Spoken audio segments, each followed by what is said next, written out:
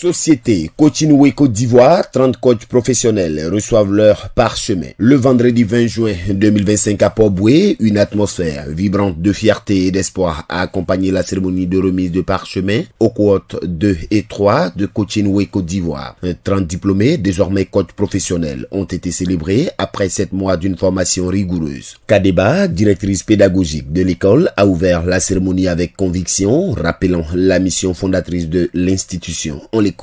Ce que je pourrais dire, c'est que le rêve devient réalité. Nous en avons rêvé, nous avons souhaité mettre en place la première école de coaching professionnel reconnue par ICF en Côte d'Ivoire. Pour nous, ce qui était important, c'était de montrer qu'il y a un métier qui est méconnu en Afrique francophone, mais qui est vraiment très pratiqué dans les pays anglophones, de montrer qu'il est possible d'accompagner des personnes à atteindre leurs objectifs. On a compris qu'il était important de se faire confiance, de pouvoir, par des outils que nous apprenons, de pouvoir accompagner des personnes dans la confiance en eux, dans la réalisation de leurs objectifs ou simplement dans un parcours particulier qu'ils voudraient pouvoir poursuivre. Première école ivoirienne certifiée par la Fédération internationale de coaching ICF, Coaching Côte d'Ivoire incarne aujourd'hui un véritable projet de transformation sociétale. Elle propose une formation structurée, éthique et à fort impact. Kadeba a ensuite exprimé sa fierté face au chemin parcouru par les apprenants, désormais prêts à rayonner dans leurs sphères respectives. Ce que je pourrais vous dire, c'est que nous voulons professionnaliser le métier de coach. Nous pensons que pour être coach, il faut avoir une formation. Il faut vraiment un certain apprentissage pour se présenter demain comme un coach professionnel. Ma satisfaction, c'est de dire qu'aujourd'hui, nous avons 30 coachs professionnels qui sont présents sur le marché, qui sont ivoiriens, qui ont été formés ici. Certains sont venus de Guinée, d'autres sont venus du Sénégal, d'autres sont venus du Togo. Mais ce qui nous motive tous les jours, c'est de nous rendre compte que nous avons des compétences locales qui ne viennent pas de l'étranger. Ce sont des personnes qui sont installées en Côte d'Ivoire. Soit elles sont en entreprise, soit elles sont indépendantes. Mais ce que nous voulons, c'est constituer une certaine capacité dans ce nouveau métier qu'on appelle le métier de coach professionnel. Les témoignages des diplômés tels qu'Aïcha Ouattara,